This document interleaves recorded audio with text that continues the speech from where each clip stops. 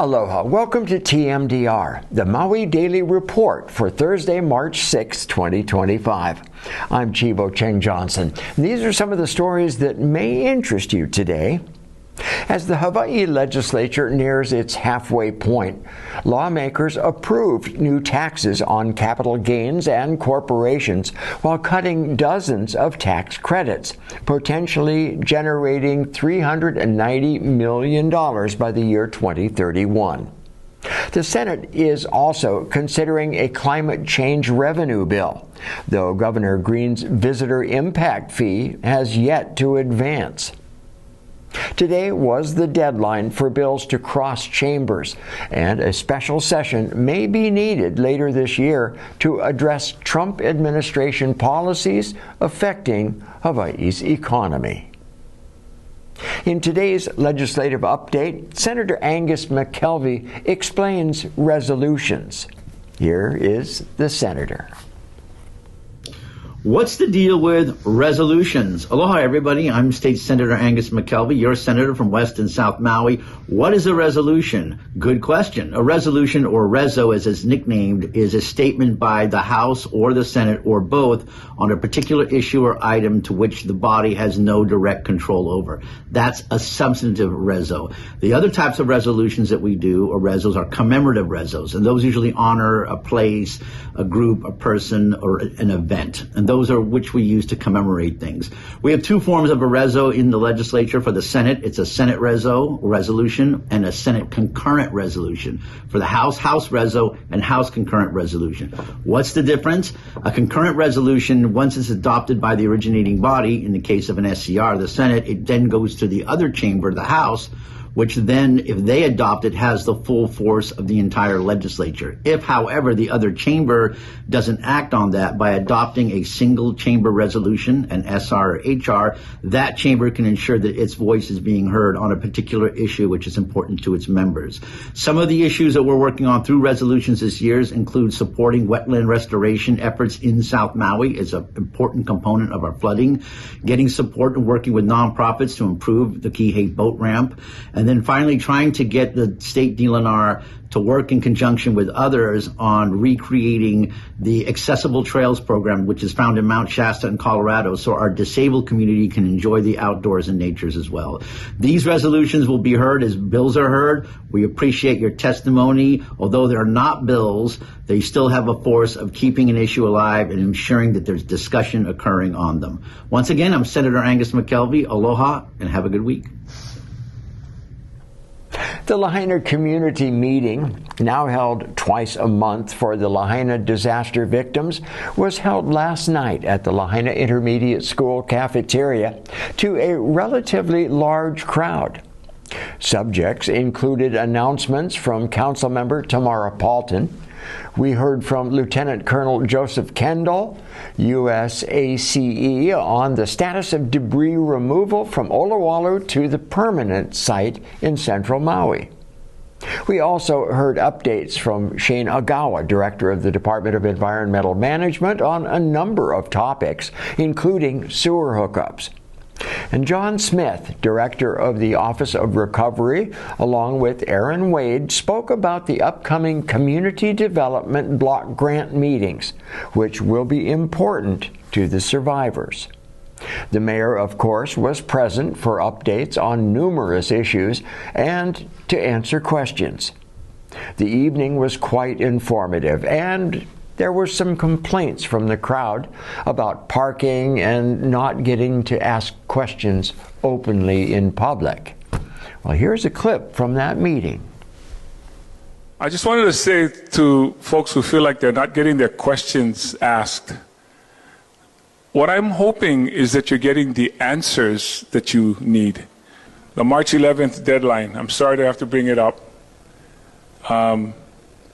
I'm told, do not just move out if a rent is too high. File the appeal. About 90% of the people who filed appeals have all been approved. So if you have your paperwork, please get it in by the deadline.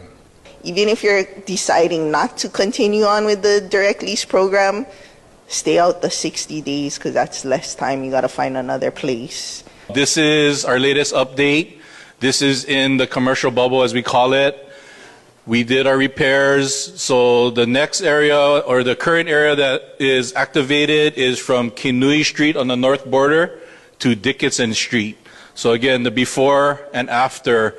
Tonight's not going to be a heavy CDBG DR day because we have 3 meetings coming up. We have Saturday, March 8th, which is right here in Lahaina, Princess Nahianana, 3 to 5. We have Tuesday, it's an online meeting, March 11th. And we have Friday, March 14th, and this is in Central Maui. This is the same meeting 3 times, so everybody, you don't have to come to all 3 meetings. There will be a presentation at the beginning about the action plan, and then we'll have a series of open house tables where you can come and engage. There'll be lots of chances to learn more about what's in the plan and next steps in the plan.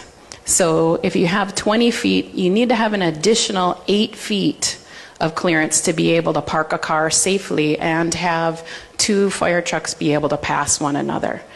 So if that isn't the situation on your street, know now you need to plan ahead for your on-site parking as you're planning your rebuild. Our neighbors had 15 people living in there. How are they going to park their cars? We were small, we only had 9. We are complete, 148 out of 148 commercial debris sites out of Lahaina into the TDS for moving the Lahaina debris out of Oluwalu into the Central Maui permanent debris site. So it's approximately 10 miles on Honoa'apililani Road, and then a right turn on Kialaui, and then on to a cane haul route off of to really reduce traffic on state and county routes. We're going to plan to start around the 1st of June, the haul, and it'll take approximately 5 months is the planning factor. 50 trucks making four trips a day is what we anticipate right now. 4 round trip cycles. 4 round trips, yes, sir. Is that 7 days a week? It is 7 days a week, yes, sir. And 10 hours a day? Yes, sir. Okay. And then to cross, we will cross, there will be additional traffic lights, traffic control to enable the crossing of the highways there. Senator Mazie Hirono and colleagues introduced the Defending American Jobs and Affordable Energy Act to nullify President Trump's energy executive orders. The bill's goal is to restore clean energy leadership, lower energy costs, and unfreeze critical funds from the Inflation Reduction Act and bipartisan infrastructure law. Hirono criticized Trump's policies for favoring big oil at the expense of Americans. The bill would repeal orders on fossil fuel expansion, offshore wind lease pauses, and the U.S. exit from the Paris Climate Agreement. 4 artists have been selected as the state of Hawaii's Climate Artists in Residence.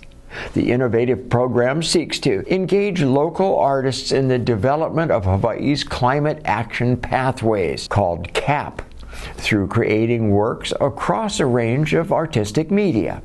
The artists will engage in the development of key topics from the CAP, including cultural knowledge, land stewardship, energy efficiency, transportation decarbonization, and community resilience.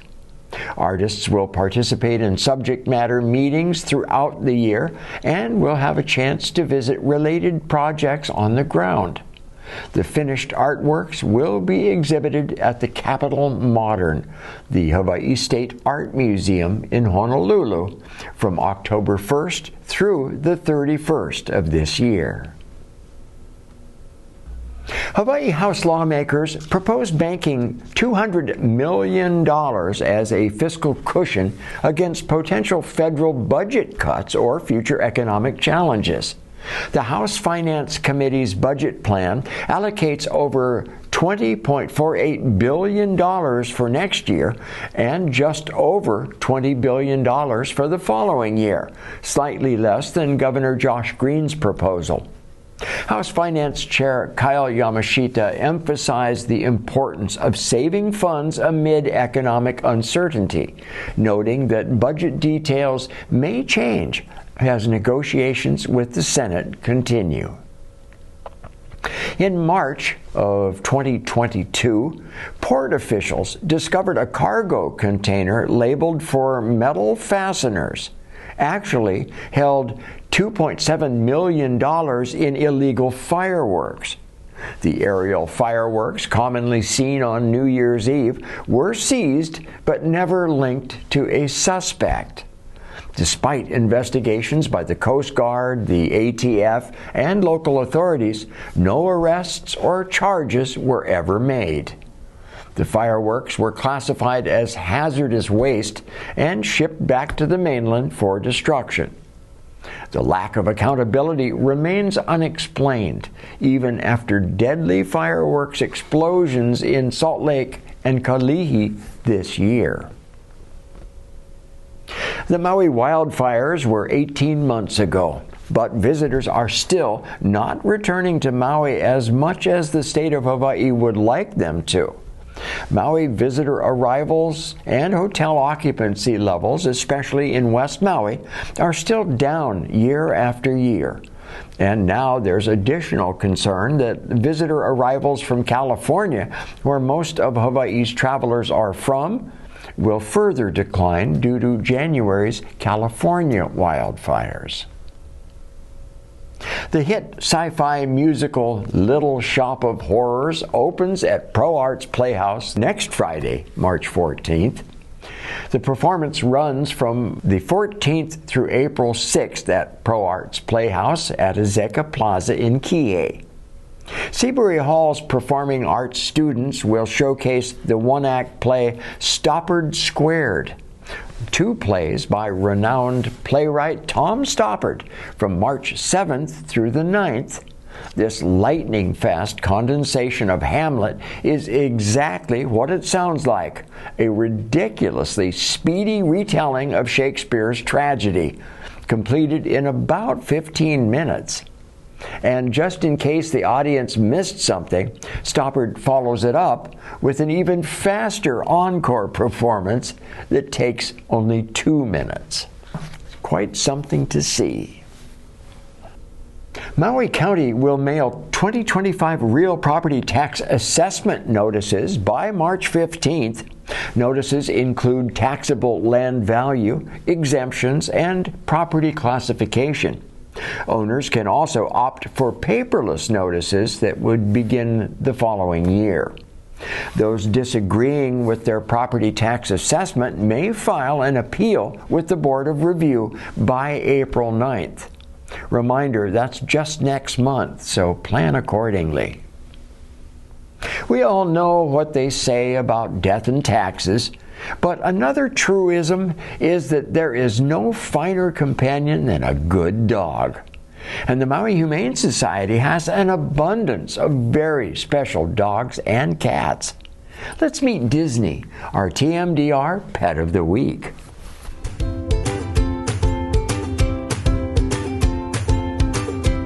Aloha kako. Disney is Maui Humane Society's Pet of the Week. Disney was found in the Haiku area just before Christmas. He had a big wound on his neck, but don't worry, it's all healed up now and he is ready to find his forever home. Disney is super loving and affectionate, and he absolutely adores treats, toys, and car rides. His love for treats makes training a breeze, so he'll be the perfect companion with a little guidance. The shelter environment has been stressful for Disney, and he has lost some weight because of it.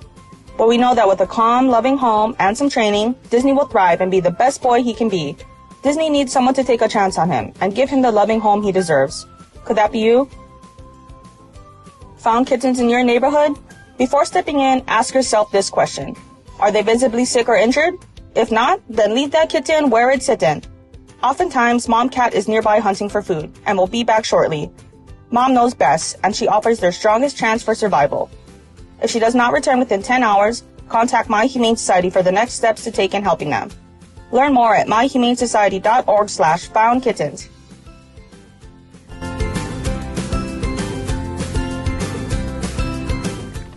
Now, Disney is a nice-looking pup. Why don't you check out the animal shelter? You never know. You might just find your next forever friend. Well, that's it for today's Maui Daily Report. Mahalo for joining us, and please keep watching Akaku, channels 53, 54, and 55. You can watch Akaku at akaku.org or on your phone 24/7 with our app Maui Stream. This is how we stay connected. I'm Chivo Cheng Johnson. Have a restful Thursday night. Be well, stay healthy, and keep smiling. Aloha.